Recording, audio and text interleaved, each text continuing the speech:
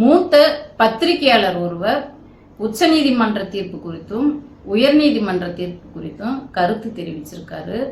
அவரு தன்னைத்தானே நடுநிலையாளர் என்று சொல்லிக் கொண்டிருக்கிறார். அந்த நடுநிலையாளர் சரியான நியாயமாகத்தான் பத்திரிகையாளராக இருந்துதான் நடுநிலையாளராக அவருடைய கருத்தை சொல்லியிருக்காரா என்று இந்த காணொளியில பார்க்க போறோம். அந்த மூத்த பத்திரிகையாளர் யார் என்று பார்ப்பதற்கு முன்னாடி நம்ம திராவிட பேச்சரங்க சேனலை சப்ஸ்கிரைப் பண்ணிக்கோங்க. நன்றி, வணக்கம். இப்போ அந்த மூத்த பத்திரிகையாளர் யாரு, என்ன சொல்லியிருக்காரு என்று தான் இப்போ நம்ம பார்க்க போறோம். பாருங்க என்ன சொல்லியிருக்காருன்னு. அவர் வேற யாரும் இல்லை, மூத்த பத்திரிகையாளர் ரங்கராஜ் பாண்டே அவர்கள் தான் என்ன சொல்லியிருக்காரு. அவங்க எங்கெங்க எதிர்கட்சிகள் இருக்காங்களோ அங்க பண்ணும்போது தானே இந்த கேள்வி வருது. மற்ற இடங்கள்ல நீங்க வாங்க, நீங்களே பண்ண சுவமோட்டமா கேஸ் எடுக்கிற உரிமைகள் எடுங்க. யார் வேணான்றா? நீதிமன்றங்கள் பார்த்து நீதிமன்றம் சுவமோட்டமா கேஸ் எடுத்தது இல்லையா? யாராவது தடுத்திருக்காங்களா? தாராளமா எடுங்க. யார் வேணான்றா? ஒண்ணு நாங்க இன்புட் தான் எடுக்கிறோம், இல்ல நீங்க இன்புட் தான் எடுங்க. யார் வேணான்றா? அங்க அந்த ஊர்ல எதிர்கட்சிகள் கிடையாதா? பாஜக மாநிலங்கள்ல பாஜக தான் வந்து 8 கோடி பேர் உட்கார்ந்துருக்காங்களா? அந்த ஊர்ல எதிர்கட்சிகள் கிடையாதா? அவங்க செய்ய வேண்டியதானே. அவங்க என்ன சொல்லியிருக்காங்க? குஜராத்ல 3 முறை முதலமைச்சர் இருந்தாருங்க நரேந்திர மோடி. ஒரு ஊழல் புகார் சொல்லுங்க, ஒரு எஃப்ஐஆர் சொல்லுங்க. இப்ப 11 வருஷமா உட்கார்ந்துருக்காங்க பாரு, ஒரே ஒரு கம்ப்ளைண்ட் சொல்லுங்க, கம்ப்ளைண்ட் சொல்லுங்க. பாத்தீங்களா என்ன சொல்லியிருக்காருன்னு? அதாவது இடி வந்து பாஜக ஆளாத மாநிலங்கள் எல்லா இடத்துலையும் எதிர்கட்சிகள் ஆளக்கூடிய மாநிலங்கள்லாம் இடி ரைடு பண்ணி இது போன்று அரசியல் இடி வந்து அரசியல் செய்கிறது. இடியை வச்சு மக்களை கட்சிகளை வந்து துன்புறுத்துறாங்க, அச்சுறுத்துறாங்க என்று சொல்லி கேள்வி கேட்குறாங்க. அப்போ வந்துட்டு இந்த கேள்வி எதுக்காக வந்ததுன்னா, நேற்று உச்சநீதிமன்றத்தில் ஒரு தீர்ப்பு வந்தது. என்ன தீர்ப்புனா, இடி அமைப்பு வந்து அரசியல் அமைப்பு போல செயல்படுகிறது, மாநில உரிமைகளை பறிக்கிறது என்று சொல்லி இடி இந்த வழக்கு தள்ளுபடி செய்யப்படும் என்று, அதாவது டாஸ்மாக்ல ரைடு நடக்கிறது குறித்து இந்த வழக்கு வந்து இடி தலையிடக்கூடாதுன்னு தள்ளுபடி செய்யப்படும்னு சொல்லிட்டு உச்ச நீதிமன்றம் நேற்று தீர்ப்பு கொடுத்திருந்தது. அது எல்லாத்துக்குமே தெரிஞ்சது. அந்த தீர்ப்பு குறித்து தான் பத்திரிகையாளர், மூத்த பத்திரிகையாளர் யாருன்னு பார்த்துக்கிட்டீங்க தானே, அவர் தான் ரங்கராஜ். அவர் பேரை பாண்டேன்னு அவர் பேருக்கு பின்னாடி சாதியும் போட்டுக்கிறார். வேற நாம சாதி பேரை சொல்ல வேண்டிய அவசியம் இல்லை. மூத்த பத்திரிகையாளர் ரங்கராஜ் அவர்கள் பேசுறாரு. என்ன பேசுறாரு? பாஜக ஆளாத மாநிலங்கள்லாம் வாலண்டரியா இடி போய் ரைடு விட்டு அங்க என்ன நடந்திருக்கு, ஊழல் நடந்திருக்கா இல்லையா, நடந்திருக்கு என்று கண்டுபிடிச்சு எதிர்கட்சி அரசியல்வாதிகள்லாம் கைது செய்ய உள்ள தள்ளுமாம். ஆனால் பாஜக ஆளுகின்ற மாநிலங்கள்ல உச்ச நீதிமன்றம் சூமோட்டோவா வழக்கு எடுக்கணுமா? ஒரு நடுநிலை பத்திரிகையாளர் பேசக்கூடிய வார்த்தை தானா இது? நம்ம நேயர்கள் தான் உங்களுடைய பார்வையில இது அவர் பேசுவது சரியா என்று நேயர்கள் சொல்லணும். சரி, இப்போ பாஜக ஆளும் மாநிலங்கள்லாம் எதிர்கட்சி இல்லையா, காங்கிரஸ் அங்க இல்லையா, அவங்க ஊழல் நடந்தா சொல்ல மாட்டாங்களா, அவங்க வழக்கு தொடுக்க மாட்டாங்களா என்று இந்த மாதிரி அடுக்கடுக்கான கேள்விகளை கேட்டிருக்காரு. வாஸ்தவமான பேச்சு தான். அப்படின்னா காங்கிரஸ் வழக்கு தொடுக்கலன்னா பிஜேபி நேர்மையான நிர்வாகம் செய்யுது என்று அர்த்தமா? வழக்கு தொடுத்து உச்சநீதிமன்றமே அவங்க எலக்ட்ரோல் அந்த பத்திரப்பாண்டு இதை தடை பண்ணனதா இல்லையா? ஒரு ஊழல் செய்வதற்கு சட்டபூர்வமா ஒரு சட்டத்தை இயற்றினாங்க. ஊழல் செய்வதற்கென்று ஒரு சட்டத்தை இயற்றி அது வந்து ஊழல் நடந்தது. அது எப்படி நடந்தது? பெரும் தொழில் நிறுவனங்களுக்கு இடி மூலமாக ரைடு நடத்தி, நீ எனக்கு இவ்வளவு பணம் கொடுக்கல, உன்னை வந்து கேஸ் போட்டு உள்ள தள்ளிடுவேன் என்று சொல்லி மிரட்டி அப்படி வந்துட்டு பிஜேபிக்கு நிதியை வாங்கினாங்க. எலக்ட்ரல் பாண்ட் மூலமாக ஏறக்குறைய 5600 கோடி வாங்கினாங்க. இதுல என்ன ஒரு இதுன்னா, யாருக்கு எங்க ரைடு நடத்தணும்னு சொல்லக்கூடாது, யார் அமௌண்ட் கொடுத்தாங்க என்றும் சொல்லக்கூடாது. இதெல்லாம் ரகசியமா வைக்கப்படும். ஆனா எலக்ட்ரல் பாண்டு மூலமாக நிதி மட்டும் வாங்கலாம் என்று சொல்லி ஒரு சட்டத்தை ஊழல் செய்வதற்கு சட்டப்படி சட்டம் இயற்றி ஊழல் செஞ்ச கட்சி தான் இந்த பிஜேபி. அந்த எலக்ட்ரல் பாண்ட் இதை உச்சநீதிமன்றம் ரத்து பண்ணனது இது எல்லாத்துக்குமே தெரியும். அதெல்லாம் வந்து அவங்க முத்துன்னு முத்து வாங்கினாங்க உச்ச நீதிமன்றத்துல. ஒண்ணு. அதே போல நெடுஞ்சாலைத்துறையில தேசிய ஒன்றிய அமைச்சராக இருக்கக்கூடிய நிதின் கட்கரி நெடுஞ்சாலைத்துறை அமைச்சரா இருக்காரு.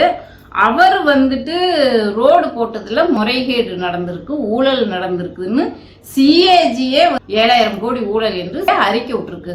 இந்த அறிக்கையை யார் வெளியிட்டாங்கன்னா, அவர் வந்துட்டு பிஜேபி தலைவர்கள்ல முன்னணி தலைவரா இருக்காங்க, RSSோட ஆதரவு தலைவரா இருக்காரு நிதின் கட்கரி இருக்கிறாருன்றதுக்கோசரமே மோடியே நிதின் கட்கரியை மாட்டி விடுவதற்காக வேண்டி சிஏஜி மூலமாக இந்த ஊழல் அறிக்கையை வெளியே கொண்டுட்டு வந்தார் மோடி மூலமாகவே. அதுல என்ன ஊழல் நடந்திருக்குன்னா, 1 கிலோமீட்டரு ரோடு போடுறதுக்கு 18 கோடி ரூபாய் தான் அரசாங்கம் வந்து அலோவ் பண்ணியிருக்கு. ஆனால் இவங்க வந்து 1 கிலோமீட்டருக்கு ஏறக்குறைய 250 கோடி ஊழல் பண்ணியிருக்கிறாங்க. எங்கன்னா ஊபியில யமுனை எக்ஸ்பிரஸ் என்ற அந்த ரோடு சாலை போடுவதற்கு 200 அப்போ 1 கிலோமீட்டர் 18 கோடி எங்க இருக்கு, 250 கோடி எங்க இருக்கு? இது ஊழல் நடந்ததாக அப்பயே சிஏஜி அறிக்கை வெளியிட்டது. இது ஒண்ணு. அது மட்டும் இல்ல, இது போல குஜராத்ல 3 முறை முதல்வராக இருந்து ஒரு ஊழலை சொல்ல முடியுமான்னாங்க. இப்ப 11 வருஷமா ஆண்டுட்டு இருக்காங்கன்னு சொன்னாங்க. குஜராத்ல தான் ஒரு அரசாங்கம் நிறுவக்கூடிய டோல்கேட்டுமே போலி டோல்கேட் நிறுவி அதுல பல கோடி ஊழல் செஞ்சாங்க. அதே போல ஆர்டிஓ ஆபீஸ் போலி அரசாங்கமே அங்க வந்து நடத்தினாங்க. ஆர்டிஓ ஆபீஸ் நடத்தி அந்த ஆர்டிஓ ஆபீஸ்ல இருக்கிறவங்களுக்கு கவர்மெண்ட் சேலரி கொடுத்துட்டு இருந்தாங்க. போலி ஆர்டிஓஸ்ங்களுக்கு கவர்மெண்ட் சேலரி கொடுத்தாங்க. இதுவும் குஜராத்ல தான் நடந்தது. இந்த மாதிரி சொல்லணும்னா எக்கச்சக்கமான பட்டியல்கள் இருக்கு. நம்ம 1-2 உதாரணத்தை மேற்கோள் காட்டணும். இப்போ இந்த ஊழல்லாம் ஊழல் இல்லையா? ரங்கராஜ்க்கு இதெல்லாம் ஊழல் இல்லையா?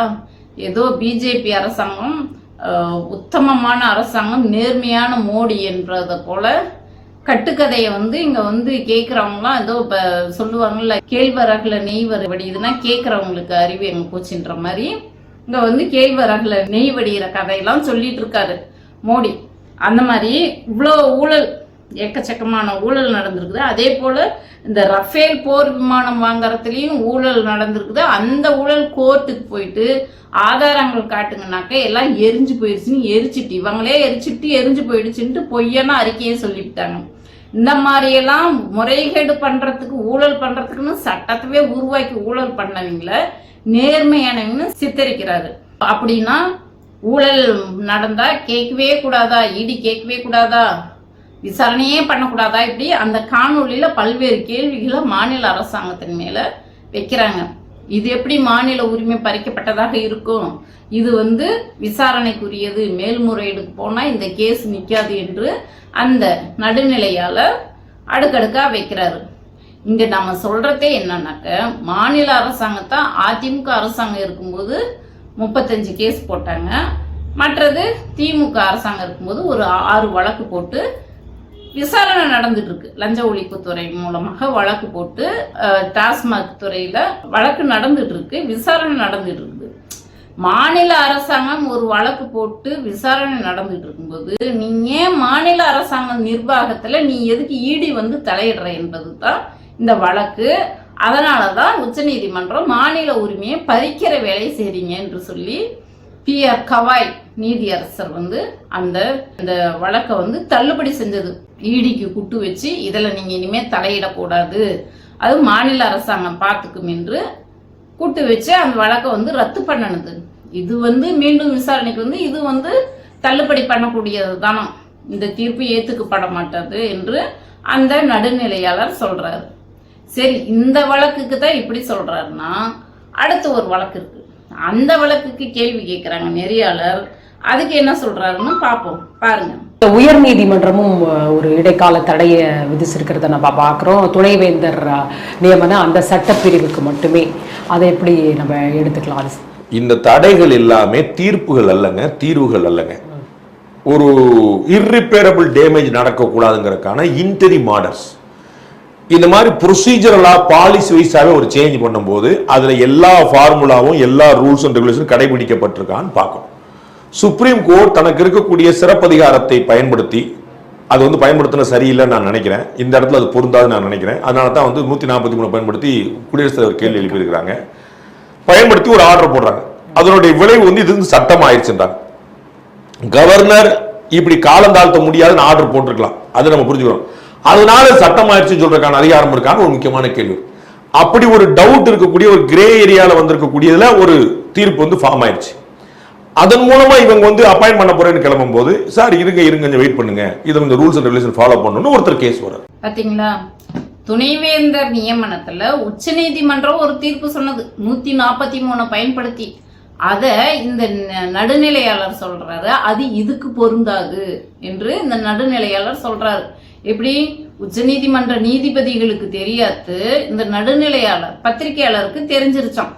அப்போ அந்த கேஸும் தப்புன்னு சொல்லி வாதாடுறாரு. அமலாக்கத்துறை தள்ளுபடி பண்ணனது அந்த கேஸும் தப்புன்னு சொல்லி வாதாடுறாரு.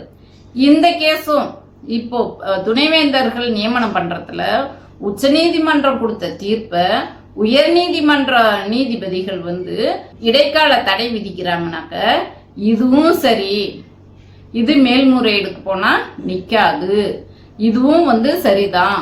அவங்க உச்சநீதிமன்றம் கொடுத்தது 143 அதிக சிறப்பு சலுகையை இந்த வழக்குக்கு பயன்படுத்தி இருக்க கூடாது, இதுக்கு பயன்படுத்தி இருக்க கூடாது என்று இந்த நடுநிலையாளர் பத்திரிகையாளர் சொல்றாரு. அப்போ பிஜேபி எதை செஞ்சாலும் அது சரி என்று வாதிடக்கூடியவர் தான் இந்த நடுநிலையாளர். அப்போ நம்ம பார்வைக்கு வருவோம். துணைவேந்தர் நியமனத்தினால இவர் உண்மையிலேயே நடுநிலையாளராக இருந்தாக்க துணைவேந்தர் நியமனத்தினால மக்களுக்கு என்ன பாதிப்பு இருக்கு, மக்களுக்கு பாதிப்பு இருக்கா இல்லையா என்று ஆய்வு சொல்லி பேசியிருப்பாரு. இப்ப நாம பார்ப்போம் இந்த துணைவேந்தர் நியமனத்தினால மக்களுக்கு பாதிப்பு இருக்கா இல்லையான்னு. மொத்தம் 18 அரசு பல்கலைக்கழகங்கள் இருக்கு. இந்த 18 அரசு பல்கலைக்கழகங்கள்ல 9 பல்கலைக்கழகங்களுக்கு துணைவேந்தர் நியமிக்காம இருக்கு, அப்படியே கிடப்புல போட்டு வச்சிருக்காரு இந்த ஆளுநர். இத வந்து இந்த துணைவேந்தர் நியமனத்தை தான் நியமிக்கிறதுக்கு இது வந்து முதல்வருக்கே வரணும், துணைவேந்தரா முதல்வரே இருக்கணும் என்று சொல்லித்தான் இந்த கோர்ட்டு இந்த கேஸ் வந்து கோர்ட்டுக்கு போனது. தீர்மானத்தை நிறைவேற்றி தமிழ்நாடு சட்டமன்றம் அனுப்பினதை இந்த ஆளுநர் வந்து 2-3 வருஷமா நிறுத்தி வச்சிட்டாரு. இதை பாஸ் பண்ண சொல்லித்தான் கோர்ட்டுக்கு தமிழ்நாடு அரசு போனது. ஏன் துணைவேந்தராக முதல்வரே இருக்கணும்னு சொன்னாக்க ஆளுநர் வேந்தராக இருந்து கொண்டு துணைவேந்தரை போடாம இருக்காரு. ஒண்ணு, துணைவேந்தரை போடாததுனால பல்கலைக்கழகத்துல படிச்சு முடிச்ச மாணவர்களுக்கு பட்டம் வழங்காம இருக்குது, சர்டிபிகேட் வழங்காம இருக்குது, படிச்சதுக்கான ஆவணங்கள் சான்றிதழ் வழங்காம இருக்கு. ஒண்ணு. ரெண்டாவது வந்து இதனால மாணவர்கள் வந்து உயர்கல்வி போவதற்கோ வேலைக்கு போவதற்கோ பாதிக்கப்படுறாங்க. அதனால வேந்தராக வந்து முதல்வரே இருக்கணும்னு சொல்லிட்டு மாணவர்கள் பாதிக்கப்படுறாங்க, மக்கள் பாதிக்கப்படுறாங்க என்று சட்டமன்றத்துல முதல்வர் தீர்மானம் கொண்டு வந்து அனுப்பிவிட்டாரு. இதை அந்த ஆளுநர் நிறுத்தி வச்சிட்டாரு. இன்னொரு மிக முக்கியமான விஷயம் என்னன்னாக்க யுஜிசி மூலமாக துணைவேந்தர்களே கல்வியாளர்களை சாராதவர்களும் துணைவேந்தராக போடலாம் என்று ஒரு சட்டத்தை ஒன்றிய அரசாங்கம் கொண்டுட்டு வந்துருச்சு. இப்போ இந்த சட்டப்படி கல்வியாளர்களை சாராதவர்களை துணைவேந்தராக போடலாம்னாக்க அப்போ ஒரு டிபார்ட்மெண்டல் ஸ்டோர் வச்சிருக்கிறவரை போய் துணைவேந்தரா போட்டாக்க அந்த கல்வி சம்பந்தமா மாணவர்களுக்கு என்ன மாதிரி ஆலோசனைகளை என்ன மாதிரி பாடத்தை வைக்கலாம் எதை வைக்கலாம் என்று ஒரு டிபார்ட்மெண்டல் ஸ்டோர் நடத்துறவங்களுக்கு தெரியுமா? ஆனா அவங்க வந்து கல்வியாளர்கள் இல்லாதவங்களே துணைவேந்தரா போடலாம்னு யுஜிசி மூலமா திருத்த கொண்டுட்டு வந்தது எதுக்காகனாக்க ஆர்எஸ்எஸ் காரங்களை உள்ள கொண்டுட்டு வரதுக்கு. ஆர்எஸ்எஸ் காரங்களை உள்ள கொண்டுட்டு வந்து கல்வி நிறுவனங்கள்ல அவங்க புராண கதைகளை வந்து பாட புத்தகங்கள்ல வைக்கணும், கல்வியை சிதைக்கணும். இப்ப எப்படி மும்மொழி கொள்கையை கொண்டுட்டு வந்து அதுல வந்து ஹிந்தியை படிக்கணும்னு கட்டாயப்படுத்தினாங்களோ அது போல 3வது படிக்கிற பிள்ளைங்களுக்கு 8வது படிக்கிற பிள்ளைங்களுக்கு பொது தேர்வு வச்சாங்களே அது போல இந்த கல்வியை வந்து துணைவேந்தர்களை போட்டு ஆர்எஸ்எஸ் கொள்கையாளர்களை போட்டு கல்வியை சிதைக்கணும், மாணவர்களோட எதிர்காலத்தை கெடுக்கணும் என்பதற்காக இந்த துணைவேந்தர் நியமனத்துல இந்த மாதிரி யுஜிசி மூலமாக அறிக்கையை கொண்டுட்டு வந்துட்டாங்க, ஒரு சட்ட திருத்தம் கொண்டுட்டு வந்துட்டாங்க. இந்த மாதிரியெல்லாம் இந்த ஆளுநர் போட்டாக்க இந்த மாதிரிலாம் கல்வி பாதிக்கப்படும், மாணவர்கள் பாதிக்கப்படுவாங்க, மக்கள் பாதிக்கப்படுவாங்க என்று தான் நம்ம முதல்வர் நீதிமன்றம் போய் இந்த துணைவேந்தர் நியமனத்துக்கு ரத்து பண்ணணும்னு சொல்லிட்டு தீர்மானம் அனுப்பி அதை நீதிமன்றமும் 9 தீர்மானங்களை பாஸ் பண்ணி அனுப்பிடுச்சு. இப்ப இவர் ஒரு நடுநிலையாளர், நான் மூத்த பத்திரிகையாளர் என்பவர் என்ன பண்ணணும்? இந்த தீர்மானத்தினால, இந்த துணைவேந்தர் நியமனத்தினால மக்களுக்கு ஏதாவது பாதிப்பு இருக்கா இல்லையா என்று நடுநிலையாளராக இருந்து அவருடைய கருத்தை சொல்லியிருக்கணும். இல்ல இந்த துணைவேந்தர் நியமிச்சா, இந்த வேந்தரை நியமிச்சாக்க இதனால மக்களுக்கு சான்றிதழ் வழங்காம இருக்கு, மாணவர்கள் பாதிக்கப்படுறாங்க, இது சரியான கேஸ் தான், சரியான தீர்ப்பு தான் உச்ச நீதிமன்றம் சொல்லியிருக்கு என்று உண்மையாலும் நடுநிலையாளராக இருந்தாக்கா அப்படித்தானே தீர்ப்பு சொல்லணும். இதுக்கு எதுக்கு இவர் நடுநிலையாளர், நானும் மூத்த பத்திரிகையாளர்னு சொல்லிட்டு இருக்கணும்? பிஜேபி எதை கொண்டுட்டு வந்தாலும் அதுக்கு பிஜேபி குரலாக இருந்து அவங்க சரிதான், அவங்க செய்யறது அத்தனையும் மக்கள் விரோத சட்டங்கள் திட்டங்கள் கொண்டுட்டு வர்றது அத்தனையும் சரிதான் என்று ஒப்புதல் வாக்குமூலம் கொடுக்கிற நீங்க என்ன சொல்லணும்? அப்போ நான் ஒரு பிஜேபிக்காரன், பிஜேபி பத்திரிகையாளர் அப்படித்தானே சொல்லணும். எதுக்கு நடுநிலையாளர்? இதுல என்ன ஒரு வேடிக்கைன்னா, மாண்புமிகு முதல்வர் அவர்கள் பிறந்த நாளைக்கு அவரை கூப்பிட்டுருக்காங்க சிறப்பு விருந்தினரா. இந்த மேடையில நான் ஏறி பேசுறதுனால இதுக்கு மேலேயாவது என்னை எல்லாரும் நடுநிலையாளர்கள் என்று நம்புவாங்க என்று இவர் சொல்லிட்டாக்க நம்மளா நம்பிடுவோமா? இப்படி பேசுற இந்த நபர் தான் நடுநிலையாளர் என்று சொல்லிக்கிட்டு மக்களை ஏமாத்திக்கிட்டு, உங்களுக்கு தைரியம் இருந்தா, துணிச்சல் இருந்தா, இப்ப நான் சொல்றேன்னா, நான் என்னோட சேனலுக்கு திராவிட பேச்சரங்கம்னு பேரை வச்சுக்கிட்டு நான் ஒரு திமுக காரிய, தீவிர திமுகவோட ஆதரவு சேனல் நடத்தி திமுக காரிய நான் பேசிட்டு இருக்கேன். உங்களுக்கு தைரியம் இருந்தா இந்த நடுநிலையாளர்கள்ல இருந்து நான் பிஜேபி காரன் தான், பிஜேபியோட ஆதரவாளர் தான் என்று சொல்லி அப்படியெல்லாம் சொல்லி நீங்க மீடியா நடத்தணும், யூடியூப் சேனல் நடத்தணும், பத்திரிகை நடத்தணும்.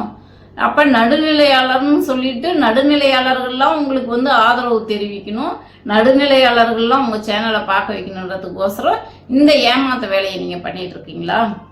இந்த காணொலியை பார்த்துட்டு இருக்கிறீங்க. இந்த ரங்கராஜ் அவர்கள் உண்மையிலேயே நடுநிலையாளர் தானா? அவர் சொன்ன மாதிரி அவர் இன்னொரு வார்த்தையும் சொல்லியிருக்காரு, பிஜேபி ஆளும் மாநிலங்கள்ல ஊழல் நடந்திருந்தா கோர்ட் உச்சநீதிமன்றமோ உயர்நீதிமன்றமோ சூமூட்டோவா கேஸை எடுத்து நடத்தணும் இல்ல, வழக்கு தொடுத்து நடத்தணும் இல்லைன்னு சொல்லி அவரே பாயிண்ட் எடுத்து கொடுத்துருக்கிறாரு.